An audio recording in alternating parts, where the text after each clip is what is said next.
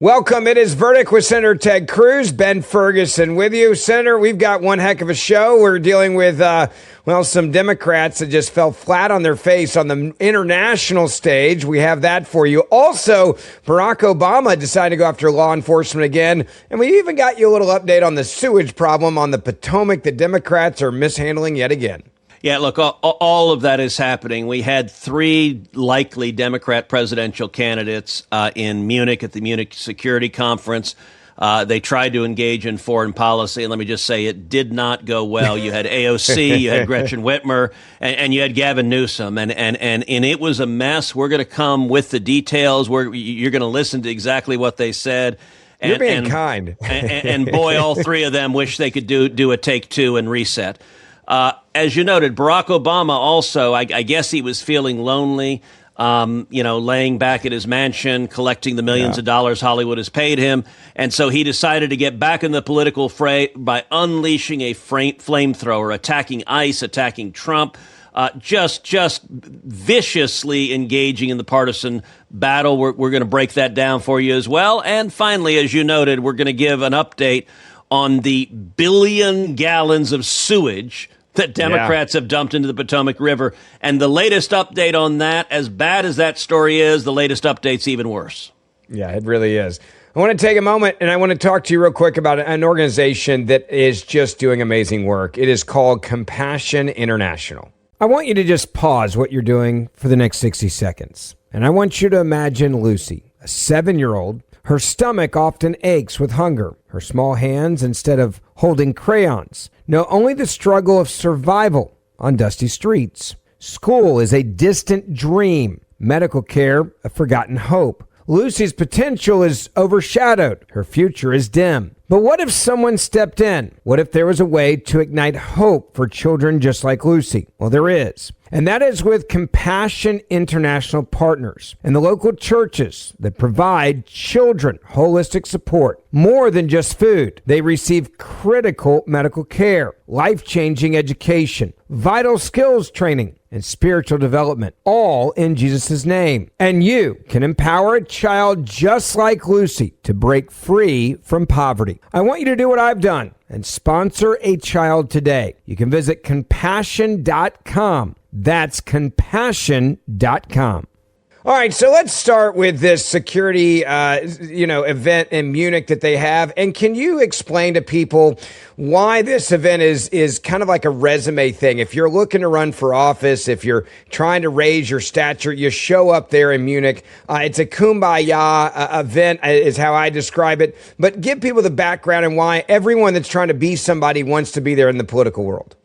Yeah, look, the Munich Security Conference is held every year, and it's in Munich, obviously, and you get quite a few leaders from the United States who go over. You get both Republicans and Democrats. I've been to it numerous times. You get foreign heads of state, you get secretaries of state, you get foreign ministers, and they're from all over.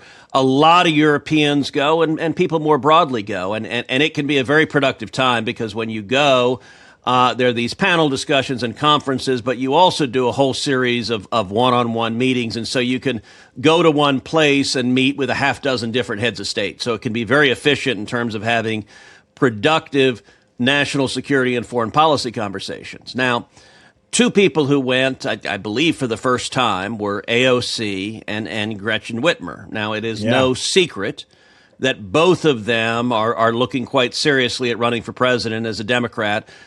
Only because the Communist Party is not having a contested primary, but they're thinking of running in 2028. And if you run for president, you presumably should know something about foreign policy. You should be able to, say, spin a globe and have some clue about some country that is further out than Brooklyn.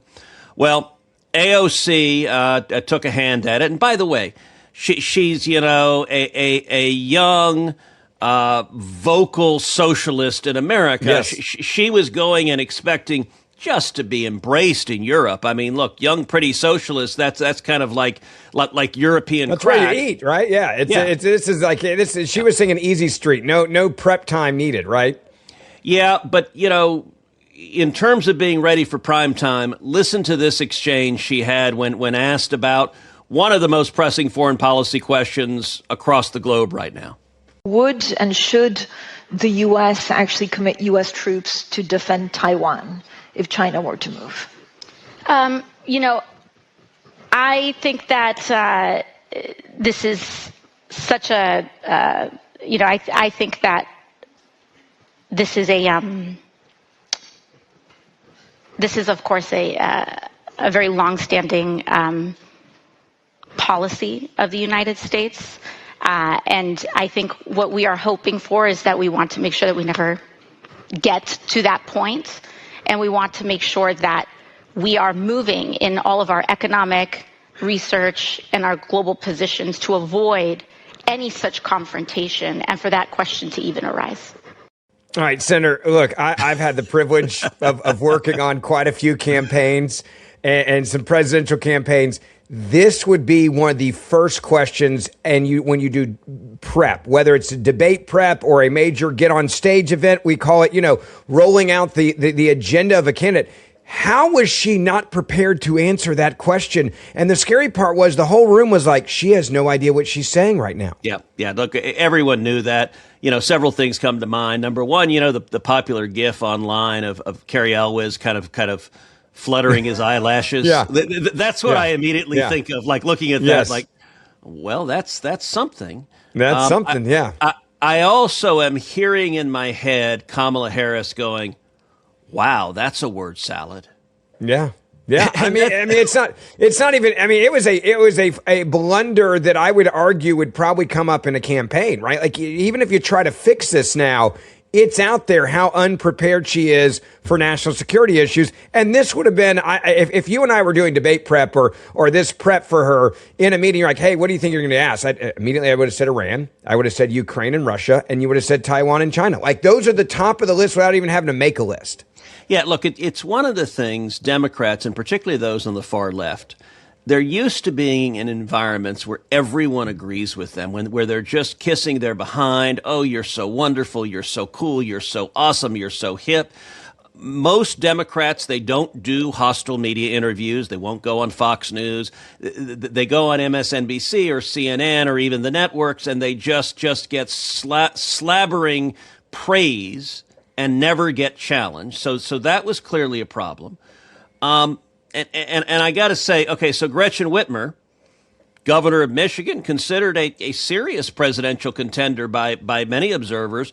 She had a similar problem. Listen to Gretchen Whitmer getting asked a question. On Ukraine, what does victory look like? Ambassador? No, please. I'd love to hear your answer. It is. The two that I am on the panel with are much more steeped in foreign policy than a governor is. But I do think that Ukraine's independence, keeping their landmass, and having the support of all the allies, I think is the goal from my vantage point. Go ahead, Ambassador. Do a better job. You and I, by the way, know who the ambassador is that she's looking at, asking to bail him out, or like begging for a conservative to bail her out. I laugh because his response to her was exactly what I would have done. I think what you would have done. You're like, no, please, I want to hear your answer. Like, by all means, ladies first. You go ahead. Tell us what you think here. And the ambassador, Matt Whitaker, who's the U.S. ambassador to NATO, was Donald Trump's acting attorney general in the first term. Yep. So he is close to the president. He is a conservative. And the idea that she looks to him and is like, can I call a friend? Do I get a lifeline? Yeah. Do I get a lifeline to the hardcore conservative that works for Trump across me? And then she even comments like, well, they know more about this than a governor would know. And by the way, she's also talking about AOC. That after AOC is like, what is this Taiwan thing of which you speak? Yeah. Where is Taiwan? Yeah. And then Gretchen Whitmer is asked, okay, Ukraine. What is? I know no Ukraine. I'm sorry. Who Ukraine? What's that? It's the Bill Clinton joke, right? I've never met her. I don't know her. I know nothing about her, right? Ukraine. I don't have no idea. Yeah. Yeah. I'm waiting for them. I did not have relations with that country like that. Yes, exactly. It's interesting. There was an article written on Fox News Digital by David Marcus, who writes for them, that I actually thought was a very interesting article. I retweeted it this week. I read it and I just thought it was interesting. It was Democrats' Munich meltdown exposes left's intellectual void. AOC's cringe-inducing word salad on world stage should embarrass old-school liberals. And I want to read a little bit of it because I thought he made very good points. When I was growing up in the 1980s, there was a galaxy of left-wing, even socialist intellectual stars, such as Noam Chomsky, Michael Foucault, and Gore Vidal, whose works were like an inkwell that politicians and commentators could draw from.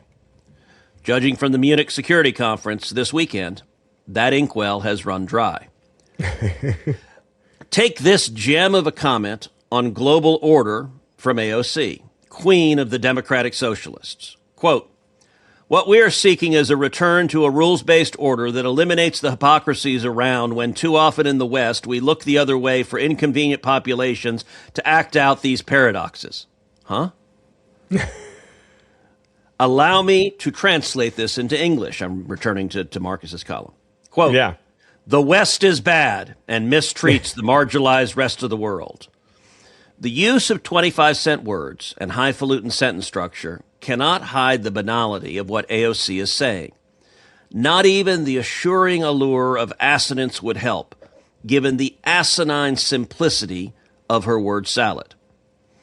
Not to be outdone, Michigan Governor Gretchen Whitmer, after apologizing for being less well-versed in foreign policy than AOC, offered this take on the war in Ukraine. Ukraine's independence, keeping their landmass, the support of all allies, I think is the goal from my vantage point. There is just nothing here but empty words that paint a picture of the facile progressive worldview, completely divorced not only from reality on the ground, but from any sound intellectual framework whatsoever.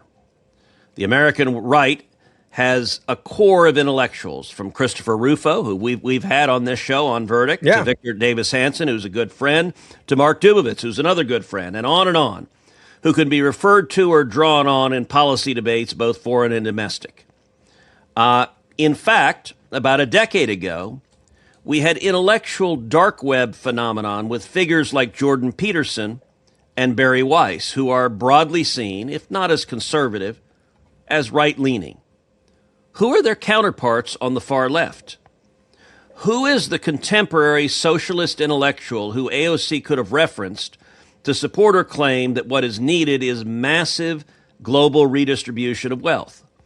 I would posit that outside of the very narrow corridors of race and gender, such far-left public intellectuals no longer exist, and for two very important reasons. The most obvious cause for the current dearth of popular far-left socialist intellectuals is the collapse of the Soviet Union in the late 1980s. At least for the next 2 decades, the game was up. The experiment had failed, and nobody wanted to be called a socialist. The second reason is that what took the place of outright socialism was the cultural Marxism, specifically in the form of critical race theory. And essentially, they've replaced their foreign policy with just, it's all about race and gender and identity politics. And I got to say, this is a dangerous world. By the way, neither of those questions are easy. Let's take Taiwan. Yeah. China-Taiwan is the single most likely place for a major powers conflict on the face of the earth. Yeah. The biggest surprise I have from Joe Biden's presidency is that China did not invade Taiwan in the final year of Biden's presidency, because Biden would have done nothing. Biden would have been utterly impotent. And I can only assume that Xi was concerned about the prospects of success. He didn't want to fail.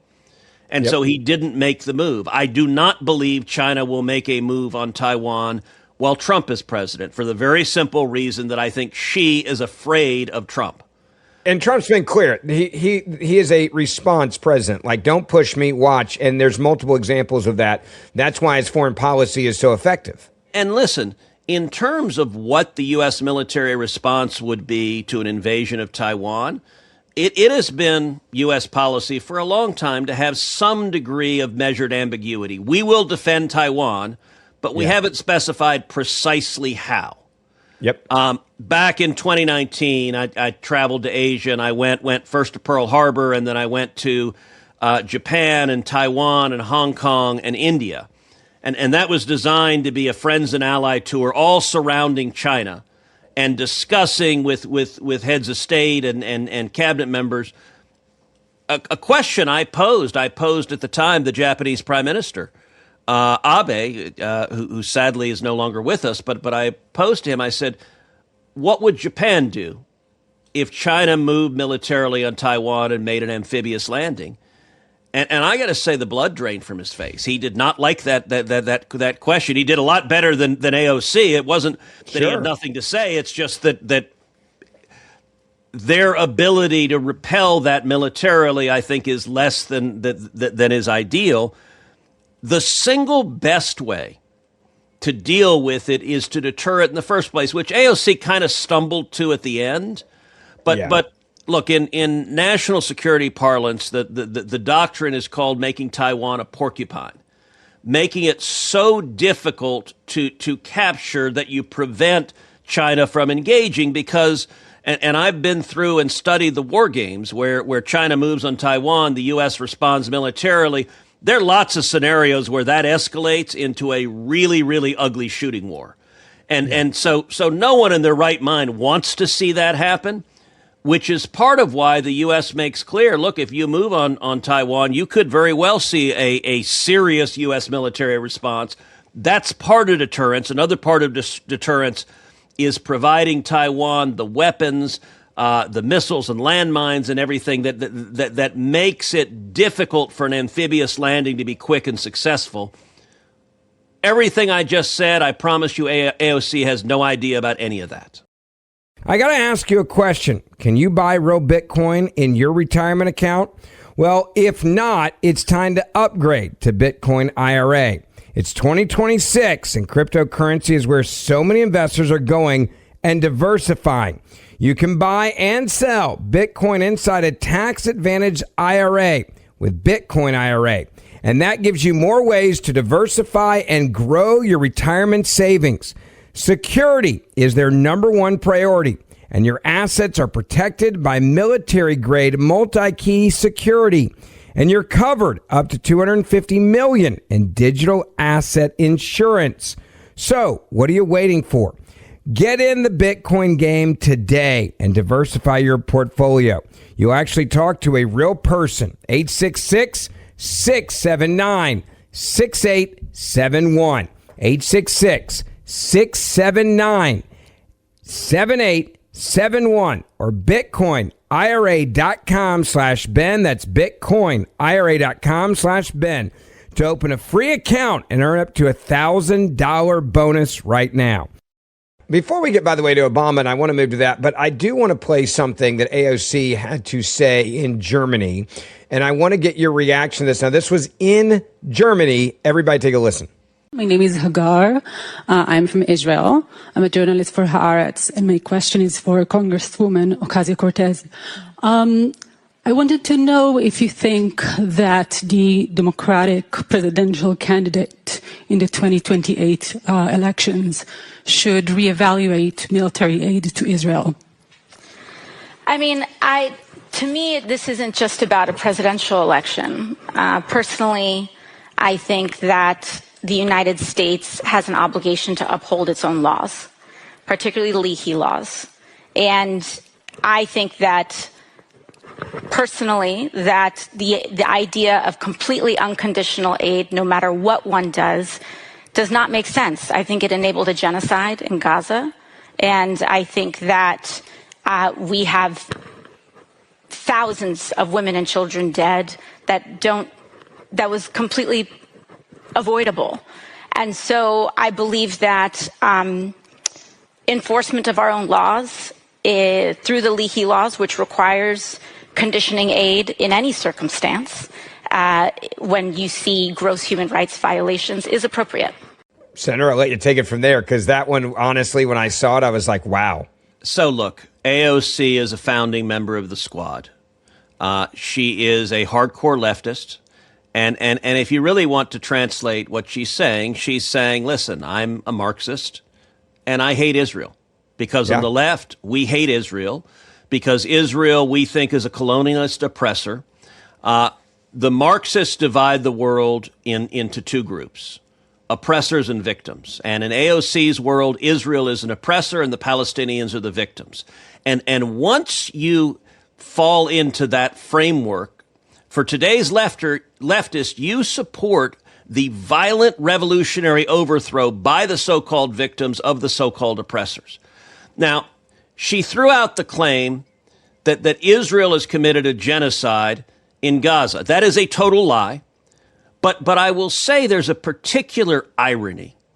For an American to go to Germany, where an actual genocide occurred, where the Nazis exterminated 6 million Jews in concentration camps, where they committed human experiments and torture that remains the most concentrated evil humanity has ever seen. And for her to say it blithely with no acknowledgement of that, it is ideology over truth. That answer is grotesque, what AOC just said there. Yeah. And I will point out on the claim of genocide, it's interesting. Do you know who just recently contradicted that? Who's that? Hamas. Yeah. Hamas just publicly said that they are providing aid to over 50,000 widows of Hamas terrorists. Now, mind you, the narrative is that Israel was killing innocent women and children.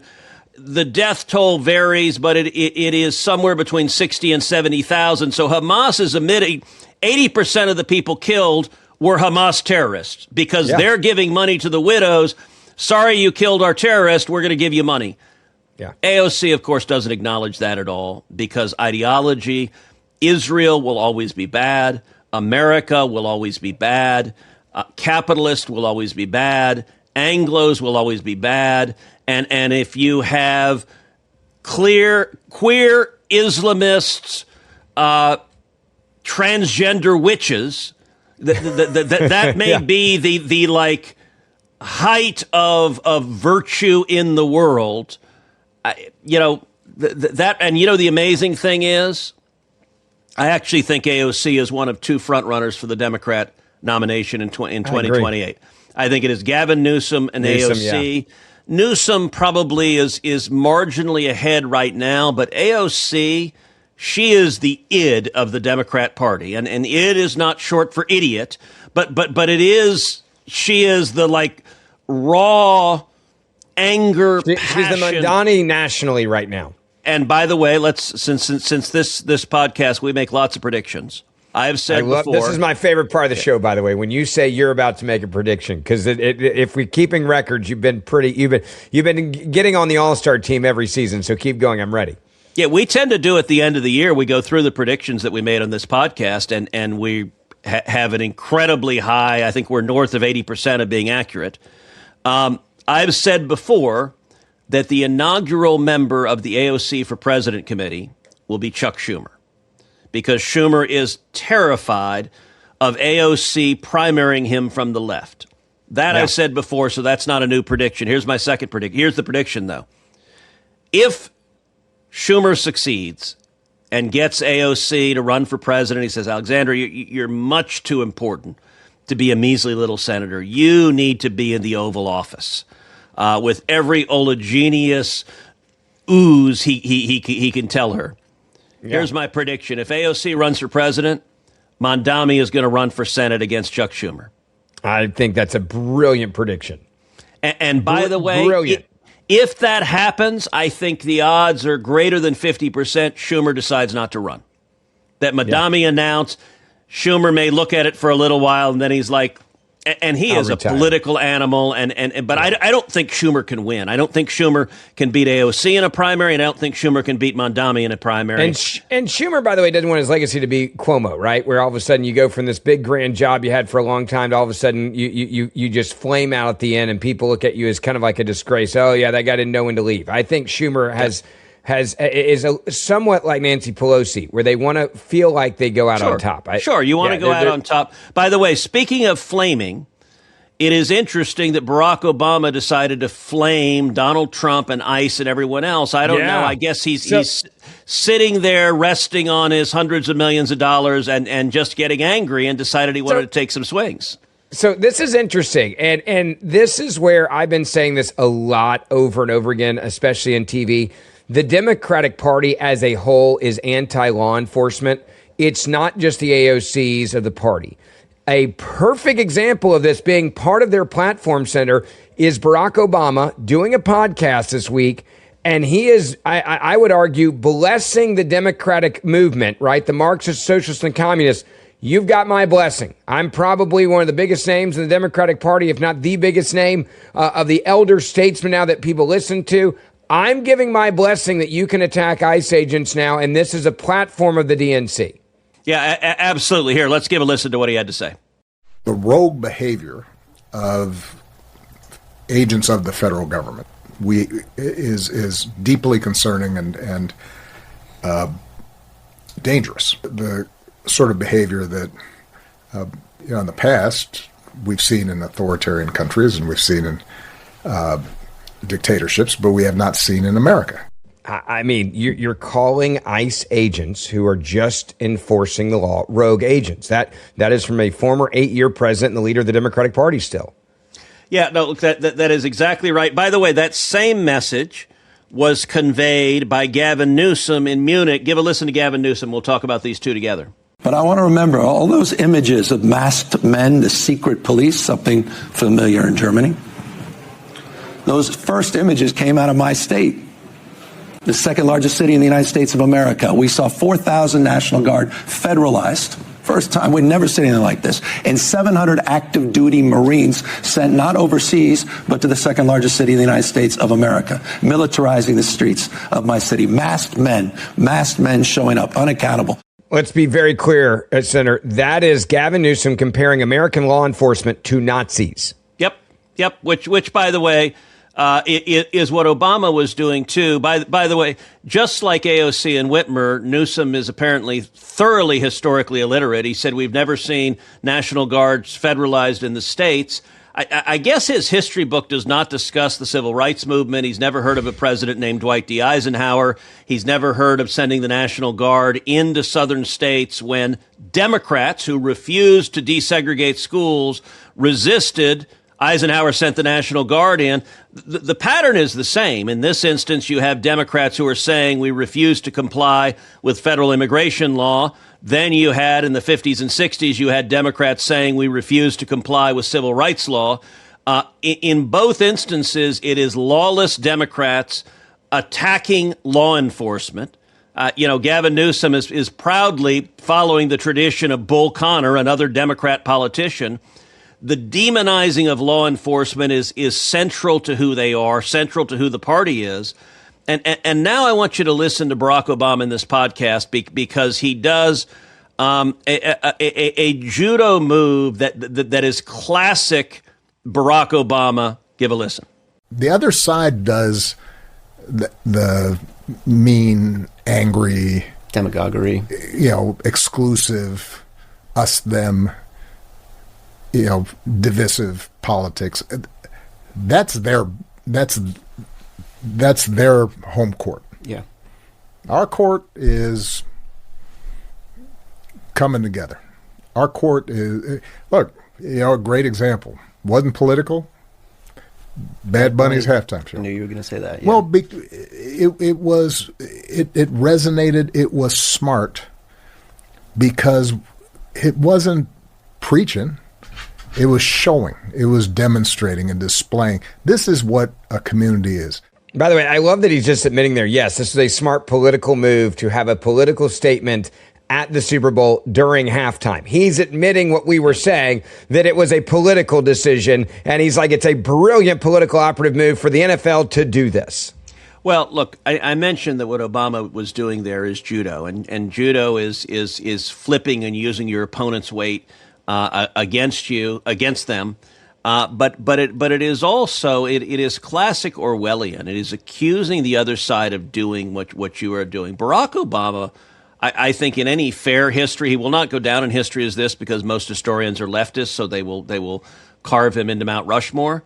But if you were fairly assessing his legacy, he is one of the most bitterly partisan leaders our country has ever had, and I think much of the rage, the anger we have of the two sides screaming at each other finds its origins in the Obama presidency. And I got to say, my principal reaction to that is one of regret of the lost opportunity. Listen, Barack Obama was elected as the first African American president ever for a country that for a century plus had slavery. To elect a black president was a big damn deal. And Obama was given by history the opportunity to be what he claimed to be coming together, to be a healing president. And he chose just the opposite. He chose to just rub salt in the racial wounds, to divide. If you remember early on, the beer summit he had where he demonized law enforcement right at the beginning of his presidency, you remember he described people in small towns in America as, quote, bitter and angry and clinging to their God and their guns. Yeah. You remember Michelle Obama saying that when Barack Obama was elected president, it was the first time she'd ever been to be an proud American. of her country. Yeah. Like it is. And if you look at the fruit, listen, I believe that Barack Obama fundamentally is a Marxist. He was just a few years ahead of me at Harvard Law School. We did not overlap, but I think he is steeped in cultural Marxism. Now, when he was president, he was not vocal about all of that because the country at the time was not ready for it. But I think AOC is the spiritual grandchild of Barack Obama. I think Mondami is the spiritual grandchild of Barack Obama. And as you and I have talked about on the pod before, during the Biden presidency, maybe the most frequent question I got asked is who is running things? And the really terrifying answer, I don't, in fact, know. Yeah. I know it wasn't Joe Biden. He did not have the capacity to make decisions. Everyone knew that. The Democrats all knew that. Everyone knew that. The press knew that. They just didn't report on it. I don't know, but my theory is the person who was running things is the guy who we just played. I think Barack Obama was the grand puppet master. He had a bunch of young apparatchiks who are little Marxists that were his former staffers in the White House. And the open borders we saw, that was Barack Obama's intention. The radical DEI, the demonization of law enforcement, all of that is the fruits of Obama. By the way, the disastrous foreign policy, the embrace of Iran. Iran sending cash on pallets, literally. And listen, Obama sent $1.7 billion of cash on pallets in planes in the middle of the night. Joe Biden said, hold my beer, and flowed $100 billion to Iran. Now, when I say Joe Biden said it, really, the person who said, hold my beer was Barack Obama. He said, now I'm just really going to do it using the puppet Biden. But for him to accuse Republicans, the bitterness Obama has shown over and over and over again as he's using rhetoric. You know, he's just demonized ICE and called federal law enforcement agents totalitarian agents. And then he says, gosh, it's the other side that's mean, not like us. And actually, the word that I love that he says in that little clip is exclusionary. The right is exclusionary. And that's such a total lie. It is the left that is vicious. You must believe in exactly their orthodoxy, or you are excommunicated. Look at J.K. Rowling. J.K. Rowling, who by any measure is politically on the left, but she has this crazy view that women exist.